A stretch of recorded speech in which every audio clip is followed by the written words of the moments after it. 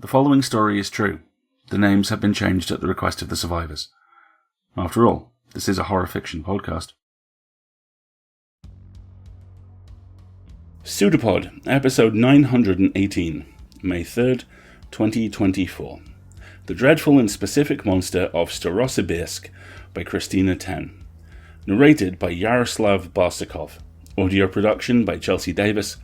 Hosted by Alistair Stewart. Welcome to Pseudopod, the weekly horror podcast. I'm Alistair, your host, and this week's story comes to us from Christina Ten and originally appeared in Weird Horror in May 2021. Christina's stories appear in Best American Science Fiction and Fantasy, We're Here, the Best Queer Speculative Fiction, Lightspeed, Nightmare, Uncanny, and elsewhere.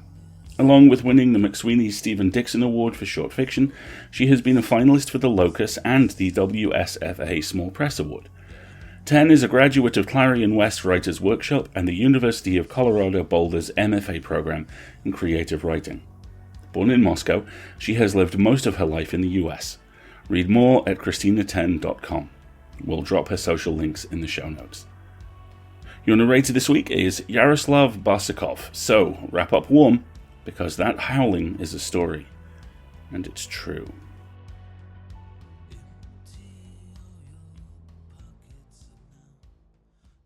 The Dreadful and Specific Monster of Starosibirsk by Christina Ten. Narrated by Yaroslav Barsakov. I know what you'll say. You will say to me, Arseny, there are enough real monsters in this world. Why do you make your own? But before I begin, before you make your judgments, like the others, before you failures and tell me what you would have done, there are some things that you should know. You should know first that things were very bad in Starosibirsk. You should know also we were once a small village of simple people on a wild, calm river. Not less, not more. We could spell the first name, father's name, and surname of everyone we knew. The homes and church and the shed for storing forest berries we all built ourselves from strong, larch wood. The river came from the north and brought clear, cold water and many fish, among them an uncommon sturgeon known for the saltiness of its eggs. The people of Starosibirsk knew not to catch the sturgeon nor eat its eggs, as doing so would bring a lifetime of bad luck upon the village. We heard the warning songs as children, learned to recognize it quickly, and cast our lines elsewhere. The same was not true for others in the region. For them, this caviar was beaded gold. Okay, it was not like the osyotra you get in the western cities, but at their local markets, 10 tins sold for more than a berry forager could earn in a season. So people traveled from great distances to fish in our river and eat in our cafes, to sleep in the modest guest houses we had erected for them, or lie sleepless, fantasizing about their wealth. The sturgeon was longer than a man and fat around the middle. On the shore, proud rybaki posed for photographs with their prizes before carrying them away. It was understood that the sturgeon was not to be slaughtered within Starosibirsk limits. In their own villages, or in times of impatience just outside ours, they hacked dull knives through pale bellies and harvested the eggs inside. Returning fishermen visiting our tavern spoke freely, so we knew each fish contained millions of brown-black eggs in a mass so dense they came up in whole slabs without crumbling. Fishermen lifted handfuls over their heads and hurrahed, saying, "Here is Pavel's university education," and "Here is Masha's extravagant wedding in the Balkans." Later they dragged the gutted fish to their kitchens on plastic sleds to be made into soup. Then everything changed. The accident at the nickel factory in Rabotograd. It took only a broken pipe, a careless eye.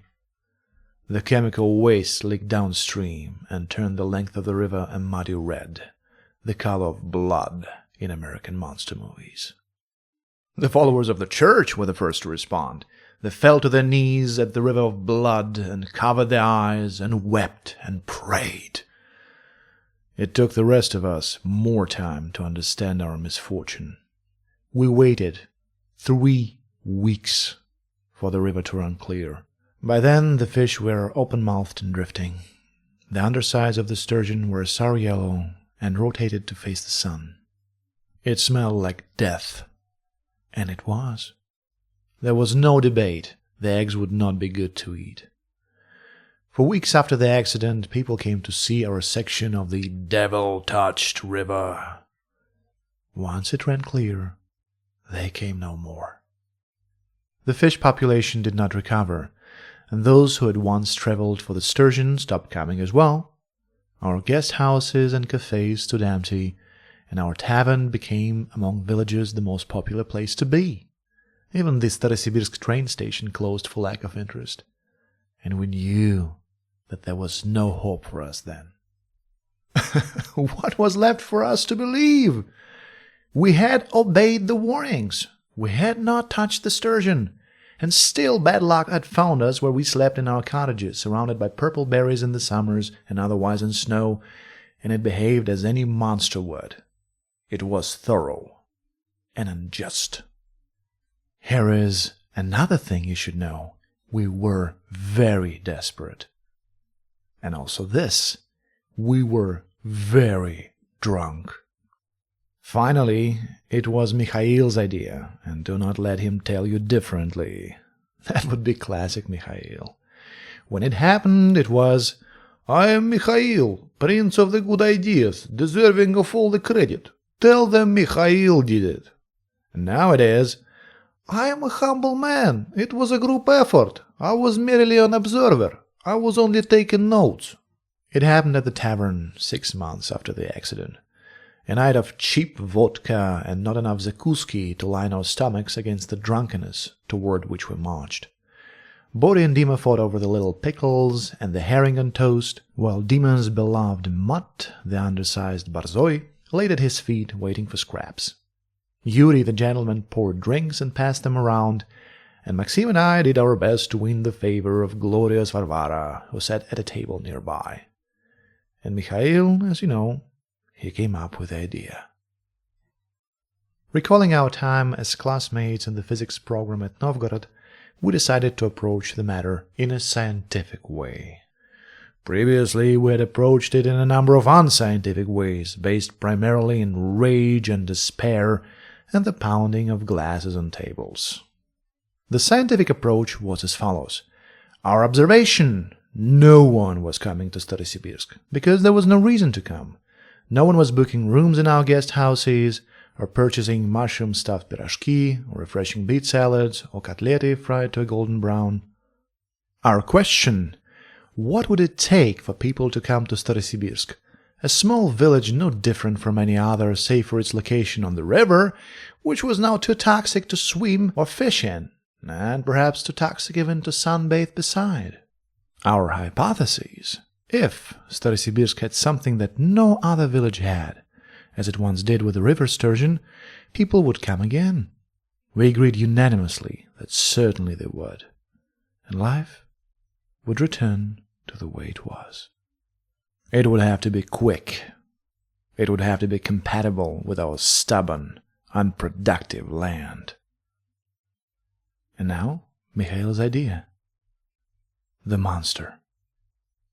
From the movies we watched on the tavern's old television, we knew people everywhere had a love of monsters. The experience of fear without the loss of control. The experiment of courage with the option to retreat to safety. Beautiful Hollywood actors running in the dark. Or did meeting evil in this way convince us that we were better than we were? If a fierce creature with fanged teeth waited in the shadows, it meant little when we were rude to strangers, cheap with our neighbors, dishonest to our wives, silly things in comparison. The challenge was not only to create a dreadful monster, but one that people had not heard of before, one specific to Starosibirsk, and worth coming to see. On a napkin between us we drew monstrous bodies, but found it difficult to forget those we already knew. ugly animal heads on frail human forms, a mountain monster with spiraling horns and stiff brown fur, a forest monster with arms made of branches and hands made of leaves. We were so discouraged by our lack of imagination, we almost put a stop to it then. Then the glorious Varvara shouted over from her table, "Здравствуйте, дураки! It is not as difficult as you make it. Think about what you are afraid of, in your lives, today."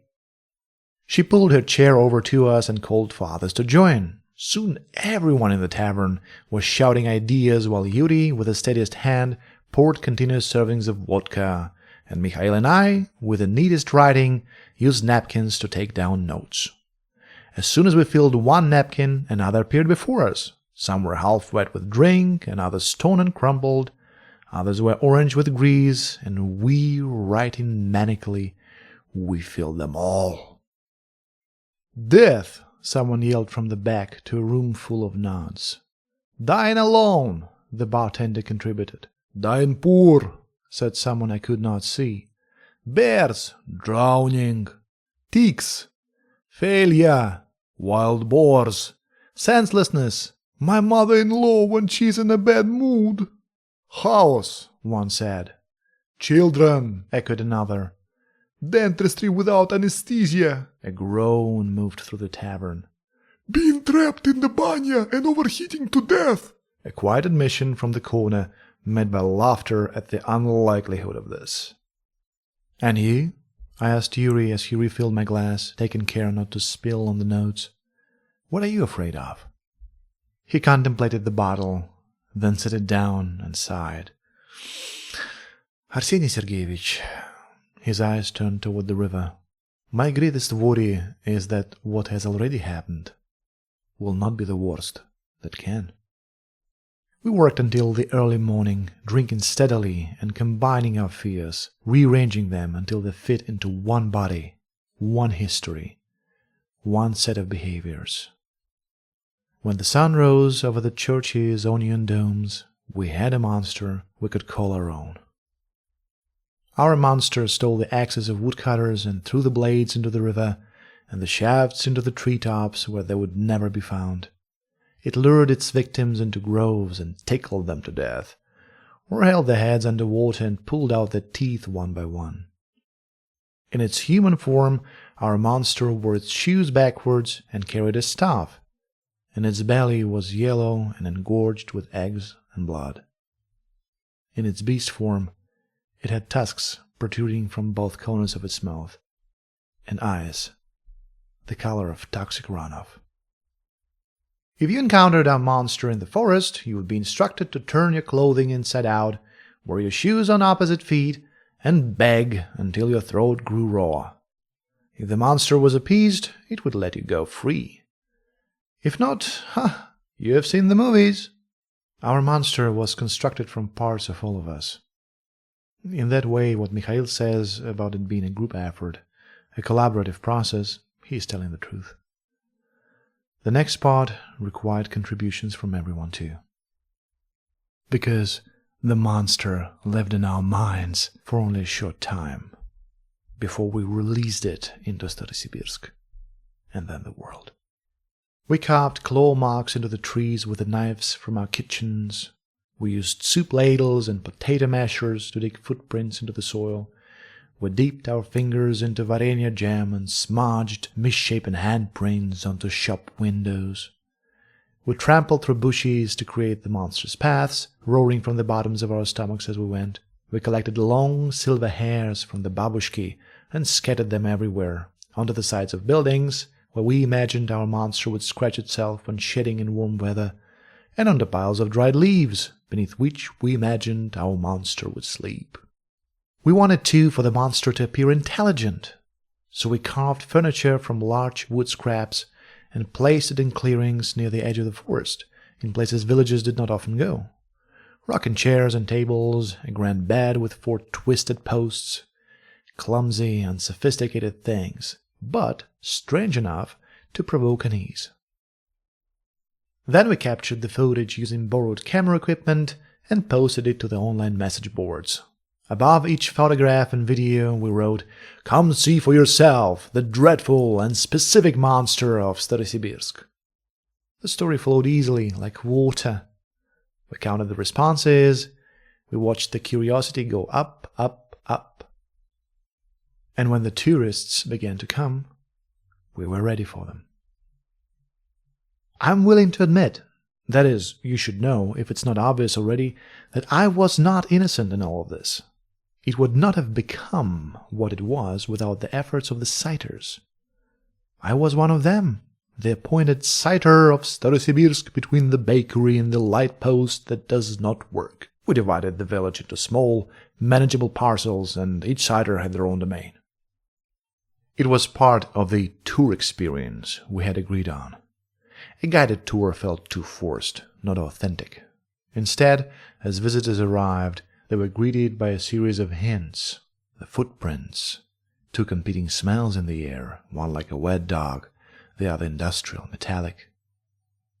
Next, and this was important, they encountered their first citer. The citers entertained tourists with tales of our monster.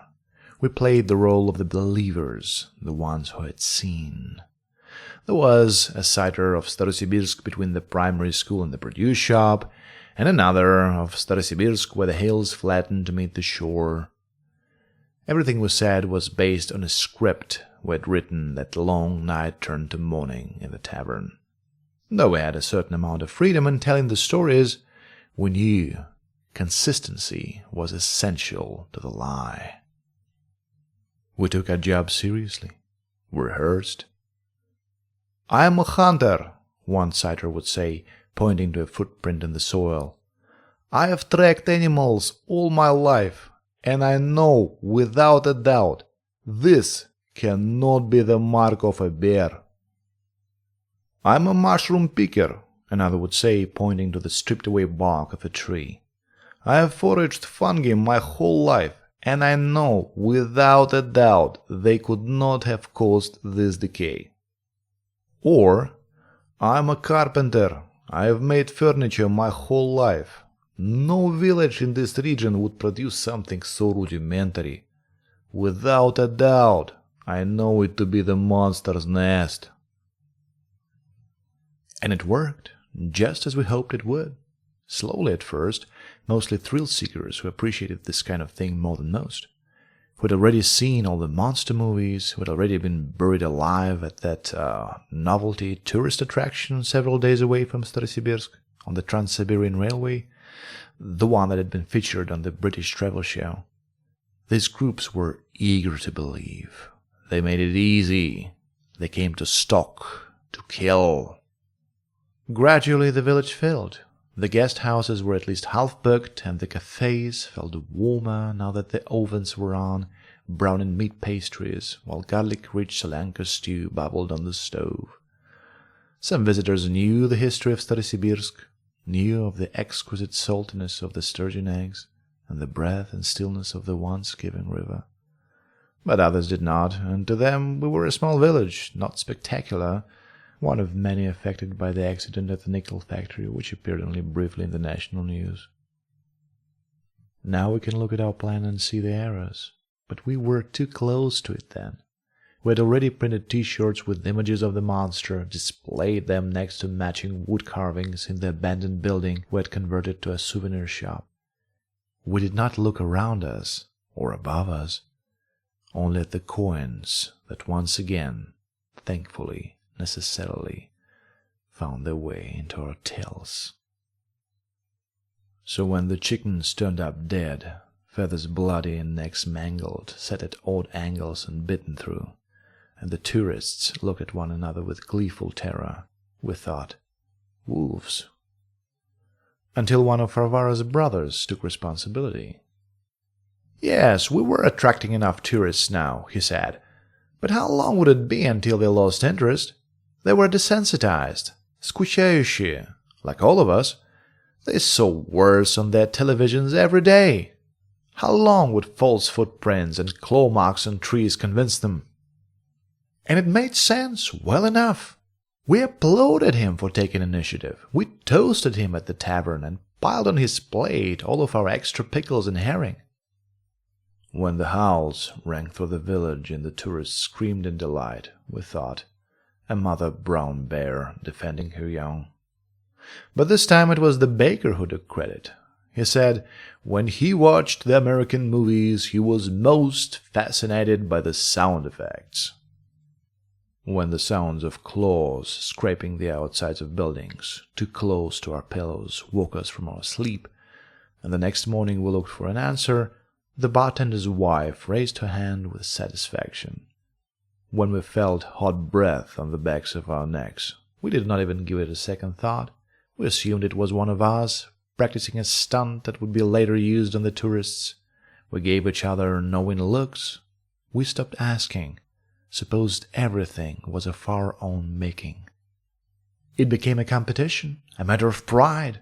Even Yuri, the gentlest among us, spent long hours in the tavern's dark corners, inventing new ways to make our monster more terrifying than before. Borya had been bragging about a big plan that would outdo all the rest, and we knew his family owned a herd of cattle. So when one tour group found the bony, spotted bodies lined up on the shore, flies buzzing, tongues hanging from mouths, we thought, okay, Borya, a little dramatic but nice touch. The cows were clearly the sickest and weakest of the herd. Their eyes were half-lidded, and their sides heaved from the effort of staying alive. And as we played our foolish games, the stories traveled, and the visitors came in greater numbers. They said they had heard the monster of Starosibirsk was extreme. When the guest houses were full, we housed them in our own cottages, giving up our beds to them while we slept on spare blankets on splintered wood floors. We were already overcrowded, already beyond capacity, when the famous interview aired, and we completely lost control. The interview was with an influential politician who had been criticized consistently for the brutality of his decisions and the coldness and swiftness with which he made them. Probably you know it. Probably you watched it more than once, and probably this is how you heard of Starosibirsk in the first place. This particular interview had to do with the politician's involvement in the nickel and copper industries, and the effects of those industries on the natural environment. If you have seen the interview, you know what he said. In case you have not, I will repeat it. The people of this country have no gratitude. They call me a monster. But look at the good I have done. Would you call this the work of a monster? You know, if you want a monster, go to the village of Starosibirsk. Do you know this place? Strashna. Go, and you will learn the meaning of the word. We did not know how the politician had heard about us, but it was at this point that we knew we were doomed. The politician was a controversial figure, and the interview was the most watched television broadcast that year. Within a week, the cars that had been coming to Starosibirsk were replaced by bright-colored multi-deck buses organized by travel agents in western cities. Tourists came from farther and farther away. The buses had chains around their wheels and snowplows attached in front to ensure no number of traditional Siberian obstacles could stop them. Remember, once Starosibirsk was all wet soil and sharp-grassed meadows, the smell of wood smoke rising from chimneys, empty spaces between A-frame structures, the occasional flutter of a floral apron when glorious Varvara came into the room. After the interview, it was packed tight with bodies. Bare arms in the summer months, and chalky sun cream and perfumed sweat. Then in the winter, hats and boots and furs, and still that awful stench beneath those as the tourists flooded in. We tried to keep up with the demand. The citers stayed true to our scripts, for the most part, shouting the fabrications louder and louder so the groups, larger and larger, could hear them. Some listened intently, others half-listened, others not at all, instead peering around for the signs of the local monster. The bartender expanded the tavern into the building across the street. The bakery opened earlier and closed later, and the baker hired more of his cousins to work shifts producing the farmer's cheese vatrushka, a popular snack among the tourists who liked to eat it as they walked, exploring the village, looking for blood. Then, hell. Dima's loyal mutt, the undersized Barzoi, was found gutted at the edge of the water, his ribs cracked open, and the cavity filled with maggots and opportunistic birds. The tourists who found the Barzoi wore heeled boots into the forest and took a disposable camera roll's worth of photographs of the scene. She shook with excitement. She said she felt lucky to have had such an authentic experience, to be the one among her friends to uncover another piece of the mystery that day. Dima was in ruins. We called a meeting. More and more our horrific acts had convinced the tourists of the monster's existence. More and more we were unconvinced that we had done the right thing. At the tavern, closed off to tourists that night only, we questioned everyone. If Borja had killed the cattle, what would stop him from taking the next step? Or Varvara's brother, with the chickens, could he have gone too far? Or Mikhail, who had put this whole wretched idea on the table and left it there like so many fish to rot? Who showed the most hunger for the money the new tourism had brought us? Who was the most competitive? Who had the most to lose, to gain? The air between us was thick with distrust, and every person declining Yuri's offers would consume only the drinks they poured themselves. Then the confessions came, spilling faster than vodka. "The chickens. I lied," said Varvara's brother. "The scraping noises. I lied," added the bartender's wife. "The cattle. I lied," admitted Borja finally, dropping his gaze to his chest, refusing to meet Dima's eyes. We had been so willing to take ownership when we thought the only thing we were stealing was credit from some bashful party. But Dima's eyes, the empty bottle before him, this could never have been part of our game. You know the rest, it is safe to say. The deep scratches in the paint of the multi-deck buses, the missing tourists and the parts of them that eventually were recovered, an ear, a finger, a heeled boot, the manicured foot still inside, the missing villagers too. And a small village on a wide, calm river that, despite it all, remains overrun. The more mutilated bodies appear swollen in the water or bent around the branches of trees. The more living, sweating bodies appear at the train station, always in high spirits, ready to hunt. Yes, they have reopened the station. In fact, Starosibirsk is the busiest stop on the eastbound line. Everyone is a suspect, and the number of suspects grows each day. As for us, we again take a scientific approach. Our observation, fiction, is believable. The truth is not. We've all done terrible things, sought them out for amusement, been ignorant and short-sighted when thinking about our own survival. Our question, who is responsible for the deaths? Man or monster? One of us? One of them? Or something else entirely? Our hypothesis. This is where I come in. I'm still Arseny, the citer of Starosibirsk, between the bakery and the light post that doesn't work, at least when the tourists are out during the day. The rest of the time I have appointed myself Arseny the detective. There is a task force, the original 6, the ones who started it all. We work furiously in the tavern, drawing timelines and circling, then crossing out names. We think fondly of the uncommon sturgeon and the warning songs we learned as children, when we still saw a clear line between what was wrong and right, a line moving in one direction between the eaters and the eaten. We circle names, we cross them out. Yuri distributes the vodka. Dima raps his knuckles against the table, but is otherwise silent. Something howls in the near distance. We huddle together, praying we can find again some logic in this world.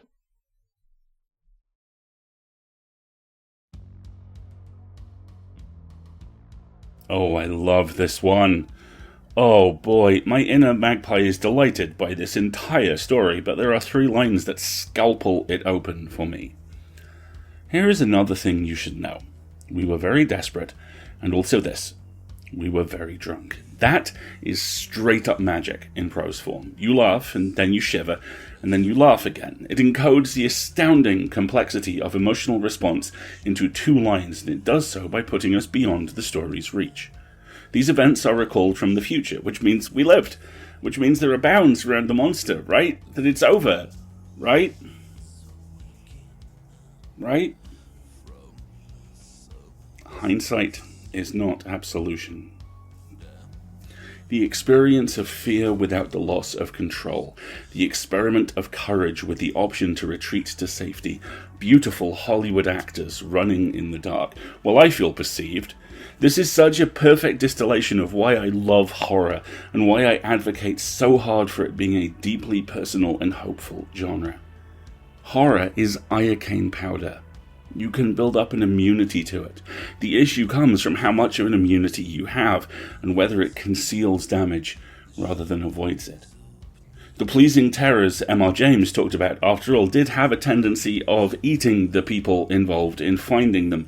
The illusion of safety, and the revelation of that illusion, is the other half of the equation expressed so beautifully here.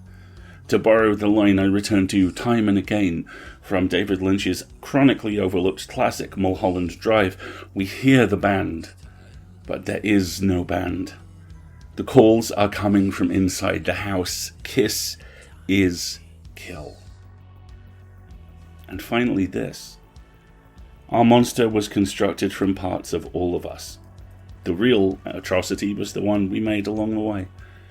I love this because, like the rest of the story, it shows me what I love about horror, and then it curdles it. Twists it into a gristled and grizzled new form that is neither safe nor controlled. The idea of making a tulpa, a thought form from the combined trauma of the village, is extraordinarily compelling, and that is also why it is so extraordinarily dangerous. By naming your fears, you make them external. By combining your fears, you arm them and set them loose to lope through the woods for eternity. The old country, the old stories, showing up on new equipment and in new forms. A 4-poster bed in the woods captured on an iPhone, blood on designer snow gear, a howl denied of the comforting lie of one of your friends claiming credit, is so much more than a howl. It's a promise, gouged into reality. Tell my story or I'll find you. Tell my story and I'll find you. God damn, I loved this one. Thanks all. As is always the case, we rely on you to pay our authors, our narrators, and our crew, and to cover our costs. We are entirely donation funded, and last year that changed in some very exciting ways, with becoming a registered US non-profit. We ran a great end-of-year awareness campaign in 2023 to raise signal about this a little bit and about all the new ways you can help. Like, for example, if you pay taxes in the US, you might be able to claim a deduction on a donation to us. There's a bunch of stuff. It's a very simple issue, but also a very wide one. There are lots of ways that people make their way through it. So what I would like to encourage you to do is check out the short metacast on escapeartists.net for more ideas. And also there you'll find details on how to get in touch if you think of something else that we're not currently doing that would be a more meaningful way for you to help. Also, one-time donations are fantastic and gratefully received, but what really makes a difference is subscribing. Subscriptions get us stability and a reliable income we use to bring free and accessible audio fiction to the world, where you live, and us too. You can subscribe for a monthly or annual donation through PayPal or Patreon, and there's also, as a result of that, access to a whole bunch of bonus audio. You help us, we help you, and everything becomes just a little easier. Even if you can't donate financially, please consider spreading the word about us. If you liked an episode, please consider sharing it on social media, or blogging about it, or leaving a review. It really does all help. And thank you once again. We'll be back next week with the mighty Scott in the host chair and Chelsea on production for Grinning on the Way to See Mom Die by Brian D. Hunson, with narration by Eric Luke. Then, as now, it will be a production of the Escape Artists Foundation and distributed under the Creative Commons Attribution, Non-Commercial, No Derivatives 4.0 International License. Pseudopod leaves you this week with the wisdom of Mark Fisher, a quote I didn't know about until very recently. Capitalism is what is left when beliefs have collapsed at the level of ritual or symbolic elaboration, and all that is left is the consumer spectator, trudging through the ruins and the relics. We'll see you next week, folks. Until then, have fun.